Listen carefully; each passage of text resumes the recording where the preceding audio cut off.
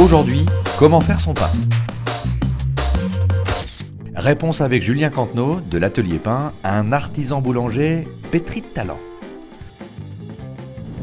Pour réaliser ces pains, il vous faut 700 g d'eau, 1 kg de farine de blé bio T80, 200 g de levain et 20 g de gros sel. Julien mélange les ingrédients dans un cul de poule et démarre le pétrissage à la main. L'objectif du pétrissage est de donner de l'élasticité à la pâte et de l'oxygéner. En faisant ce geste, on incorpore de l'air à la pâte et une pâte qui est très cassante au début va complètement gagner en élasticité.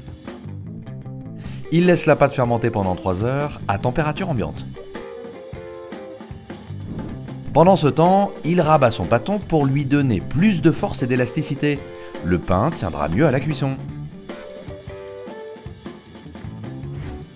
Le façonnage. Voilà, donc on va dégazer brièvement notre pâton. On va faire un pli au milieu, 180 degrés, un pli jusqu'au bout, on veille à bien souder, et un dernier enroulement. Notre pâton est façonné, pas besoin de donner plus de force, et on va pouvoir le mettre dans notre banneton à l'envers, avec les derniers plis de façonnage. Voilà. On couvre les pâtons d'un torchon et direction le réfrigérateur pendant 20 heures. Le lendemain, place à la cuisson. Julien préchauffe son four à 250 degrés.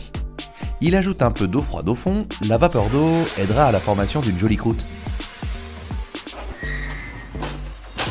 Il place sa pâte sur une pierre réfractaire pour une cuisson plus homogène, mais la lèche frite du four fait aussi bien l'affaire.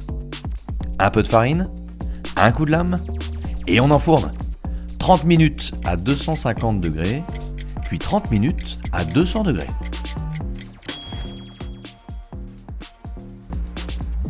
Donc pour faire le test de cuisson, il faut que ça sonne creux.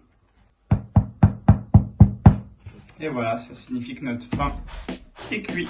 Sous ce beau manteau croûté et légèrement caramélisé se cache une mie alvéolée tout en légèreté.